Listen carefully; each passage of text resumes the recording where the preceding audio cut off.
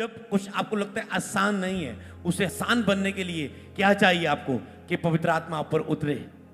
जब कोई ऐसा लाइफ में समा आए, मैं इस पाप से छूट नहीं पा रहा हूँ, मैं पवित्रता में खड़ा नहीं हो पा रहा हूँ, मेरे लिए ये इंतजाम नहीं हो रहा है, मुझे डर लग रहा है मैं कैसे करूँ, मुझे डर लग रहा है मैं कैसे जाऊँ, मुझे डर लग रहा है ऑपरेशन में मेरी डेथ ना हो जाए, मुझे डर लगता है मेरी पत्नी अंदर हॉस्पिटल में, डॉक्टर बोल रहे हैं कि जब बच्चा बचेगा जब माँ बचेगी, तुम डर रहे हो।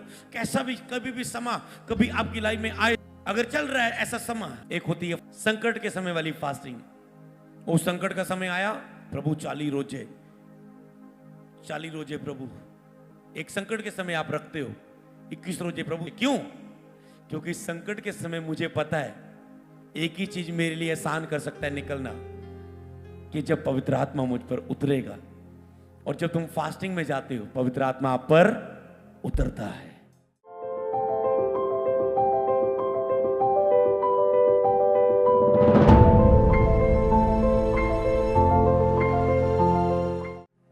फास्टिंग में पवित्र आत्मा उतरता है आपके ऊपर। मूसा फास्टिंग में गया था, खुदा का आत्मा उस पर उतरा, बातें की। यीशु मसीह फास्टिंग में थे, आत्मा उसे जंगल में ले गया।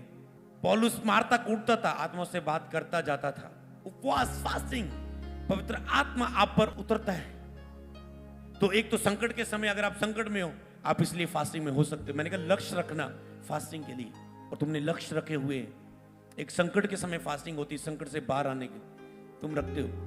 एक तुम फास्टिंग रखते हो, जैसे इस्तर ने कहा, ओके राजा सामने मेरे लोगों का अच्छा षड्यंत्र रचा हुआ, मेरे लोगों की मौत का, मेरे लोगों की मौत का षड्यंत्र रचा हुआ है। कहती मैं रोजों में जाती हूं, 3 रोजों में जाती हूं मैं। ऐसा करो तुम भी रोजों में जाओ, मोर्द के अपने लोगों को बोलो, सबको रोजों में जाओ, मैं राजा के सामने पेश होती हूं। खुदा का आत्मा उतरेगा, खुदा का आत्मा उतरेगा सहायता के लिए। और सचमुच अगर राजा उसकी ओर क्रोध से देखता, राजा के बिना आज्ञा के वो उसके पास जाती, मार दी जाती। पर जब उसने फास्टिंग रखी, खुदा ने राजा के मन को बदला। कई बार हम देखते हैं टीम अपने काम में जब हमारे साथ ड्यूटी करते कुछ मिस कर देती।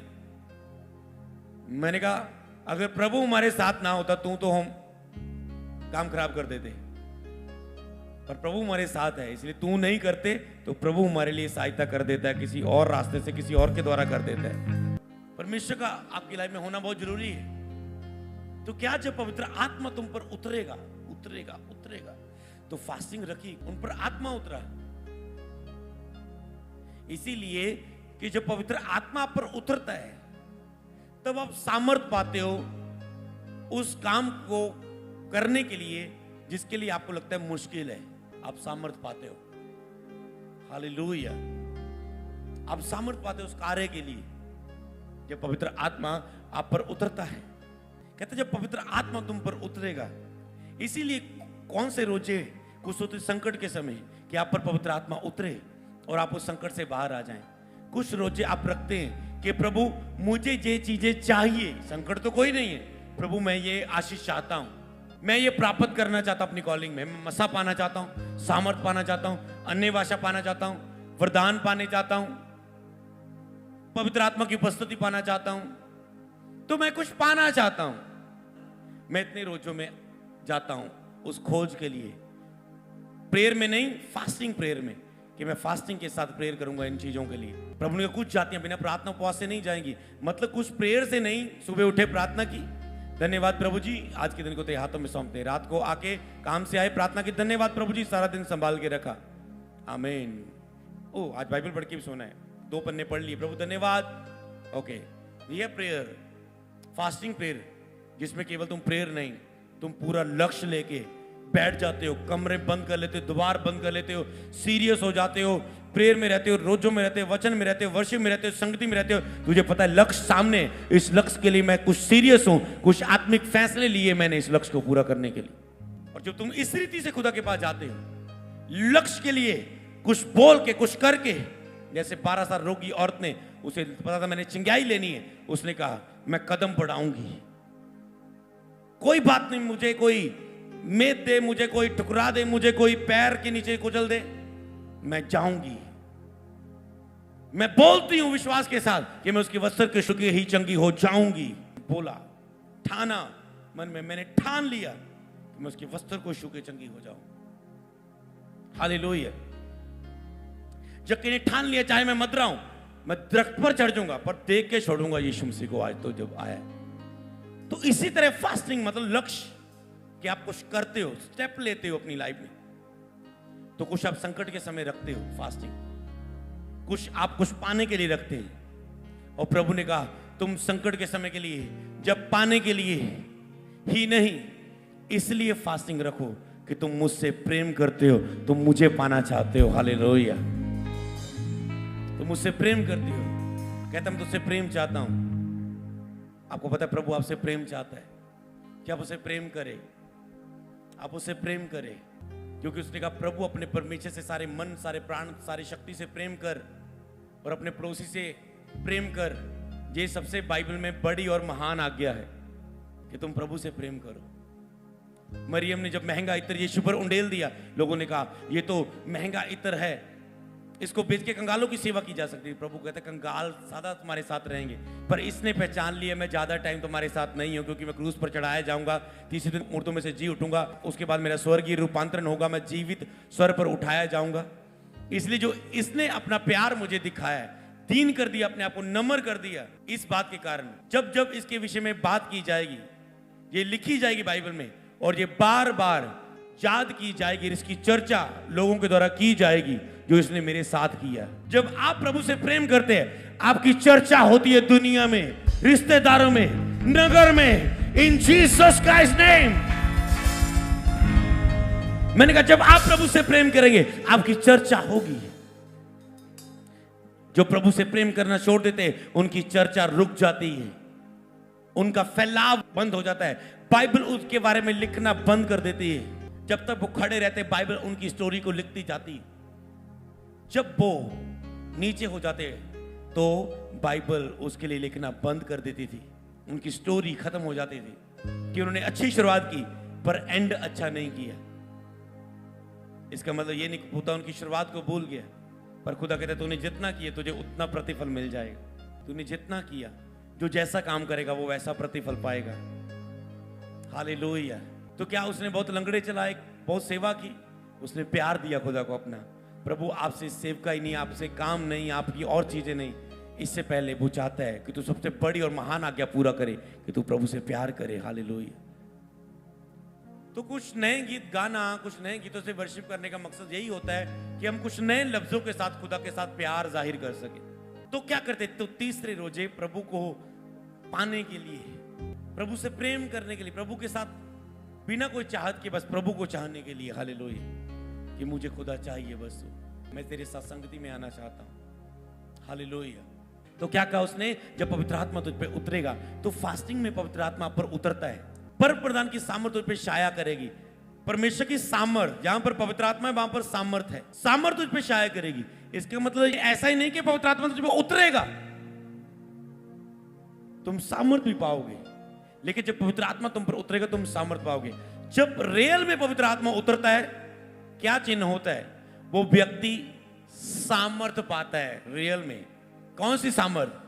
ये सामर्थ पा चुका है पाप से छूटने की, ये सामर्थ पा चुका है प्रार्थना करने की, ये सामर्थ पा चुका है चंगियाई की, ये सामर्थ पा चुका है दुष्ट आत्मा से आजाद होने की, ये सामर्थ पा चुका है मसीह की गवाही देने की, ये सामर्थ पा चुका है वर्शिप करने की, ये सामर्थ पा चुका है आराधना करने की, ये सामर्थ पा चुका है अपनी कमजोरियों पर जीतने की, ये सामर्थ पा चुका है अपनी अभिलाषाओं पर जीतने की।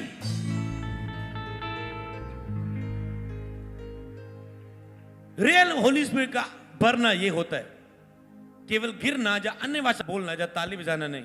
ये जब वो आता है, आप मूवमेंट करते हैं, आप बाहर आ जाते हैं आपे से, और वो तभी बात कर पाता है जब आप सुन कर दे, आपको बेसुध कर दे। पौलुस बेसुध हो गया जब प्रभु ने उसे घेर लिया, रास्ते में प्रगट हुए। यूहन्ना मुंह के बल, घुटनों के बल घिर गया जब खुदा की उपस्थिति उसके सामने प्रगट हुई। जब खुदा आपसे बात करना, शायद बेसुध हो गया, घिर गया खुदा के सामने, जब खुदा की उपस्थिति उसके सामने प्रगट हुई। मूसा वहां पर बेसुध हो गया, 40 दिन रात उसने कुछ नहीं खाया। 6 बजे तक रोजों की बात नहीं हो रही मूसा की, 40 दिन रात पहाड़ पे रहा, शरीर में वो बेसुध हुआ, इसीलिए इतने फास्टिंग कर पाया। दिन रात 40 दिन कुछ ना खाया, कुछ ना पिया। ओ, इसीलिए लिखा है मनुष्य केवल रोटी से नहीं, परमेश्वर के मुख से निकले वचन से जीवित रह सकता है। वहां पर मूसा को वचन मिल रहे थे, आवाज मिल रही थी, बातें मिल रही थी। इसीलिए बिना पवित्र आत्मा की सामर्थ्य से लोग फास्टिंग नहीं रख पाते। जब पवित्र आत्मा उन्हें सामर्थ्य देता है तो तुम फास्टिंग रख पाते हो। जब पवित्र आत्मा तुझ पे उतरता है, और वो तब उतरता है जब तुम मांगते हो, वो तब उतरता है जब तुम मांगते रहते हो, इंतजार करते हो। प्रेरितों के काम की तरह उन्होंने इंतजार किया, ठहरे रहे। वो तब उतरता है जब तुम हम्बल होते हो उसके सामने। 3 बातें लिख ले। चौथी बात, वो तब उतरता है जब तुम अपने पापों को मान लेते हो कि प्रभु मैं बहुत गलत हूं। 5वीं बात, वो तब उतरता है जब तुम कहते प्रभु तेरे बिना मैं कुछ भी नहीं हूं। मैं ना ही प्रचार कर सकता हूं, ना ही आराधना कर सकता हूं, ना ही रोजे रख सकता हूं, ना ही किसी को वचन सुना सकता हूं, ना ही अपने बिजनेस में सफल हो सकता हूं। मैं तेरे बिना कुछ भी नहीं हूं। पर ये कुछ भी नहीं हूं तब कह पाते जब आपको ठोकर लगती है और आपको पता चलता है कि आप अपने बल से नहीं कर पा रहे। जब 5 दिन आपके घर में कोई कमाई ना आए, तब आपको याद आता है प्रभु तू ही चाहिए, तेरे बिना कुछ भी नहीं। तो पवित्र आत्मा जब आप कहते हैं तेरे बिना मैं कुछ भी नहीं, तब आता है। जब आप हम्बल होते हो तब आपकी लाइफ में उतरता है। जब आप भूखे और प्यासे होते हो तब पवित्र आत्मा आपकी लाइफ में उतरता है। जब आप नम्र हो जाते हो पवित्र आत्मा आप पर उतरता है। जब आप अपनी गलतियों को मानते हो पवित्र आत्मा उतरता है। जब आप दूसरों की गलतियों को माफ कर देते हो पवित्र आत्मा आप पर उतरता है। जब आप फलों में चलना शुरू करते हैं पवित्र आत्मा आप पर उतरना शुरू हो जाता है। प्रेम, आनंद, शांति, दयालुगी, वफादार, भलाई, संयम, जब तुम आत्मा के फलों में चलना शुरू कर देते हो, क्योंकि फल उसने नहीं डालने, फल आत्मा के हमारे अंदर है, क्योंकि पवित्र आत्मा हमारे अंदर है। जब हमने बपतिस्मा लिया था हम पवित्र आत्मा पा चुके थे, तो उसके फल भी हमारे साथ आए। बस हम जब शरीर में रहते हम इसे यूज नहीं कर पाते। हम प्रेम में नहीं रह पाते, हम शांति में नहीं रह पाते, हम दया में नहीं रह पाते, वफादार नहीं रह पाते अपनों से, परमेश्वर से, भलाई नहीं कर पाते, निर्माई नम्रता में नहीं जी पाते, संयम नहीं रख पाते, सेल्फ कंट्रोल नहीं रख पाते, धीरज नहीं रख पाते, विश्वास में नहीं रह पाते, जब शरीर की अभिलाषा में होते। हालेलुया।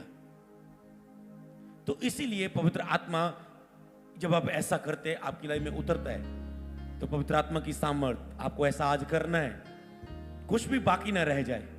हो सकता है तूने अपने पापों की माफी मांग ली, पर जो दूसरों ने तेरे लिए किया तूने क्षमा नहीं किया। हो सकता है तूने भूख तो दिखाई प्रभु को, पर समर्पित नहीं किया अपनी लाइफ को। हो सकता है तूने पापों को मान तो लिया मैं गलत हूं, पर आगे से उस पाप में ना जाने का फैसला नहीं किया। हो सकता है तुम आराधना तो कर रहे हो, पर पूरे दिल से भूखे प्यासे होके नहीं कर रहे। तो कुछ भी ऐसा न रहे जो तुम्हारी लाइफ में अनकंप्लीट रहे। जब पवित्र आत्मा से तुम भरना चाहते हो, परम प्रधान की सामर्थ तुझ पे छाया करेगी। इसलिए वह जो पवित्र उत्पन्न होने वाला है वह परमेश्वर का पुत्र कहलाएगा। वह जो पुत्र उत्पन्न होने वाला है वह परमेश्वर का पुत्र कहलाएगा। हालेलुया। तो क्या जब पवित्र आत्मा उतरा, आगे पढ़ेंगे वचन को। लूका 1:38 में मरियम ने कहा देख मैं प्रभु की दासी हूं, मुझे तेरे वचन के अनुसार हो।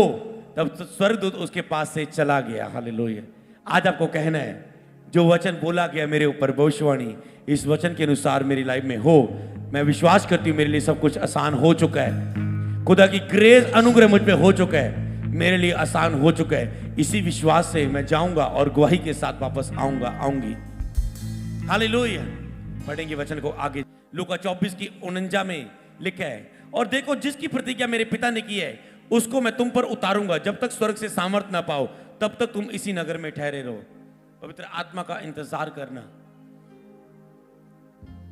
अगर तेरी लाइफ में आज ना आए वो, इंतजार करो, उसके इंतजार में रहो। पर जब वो आएगा सब अधूरा मिट जाएगा। हालेलुया। सब कुछ आसान हो जाएगा। इसलिए इंतजार करो।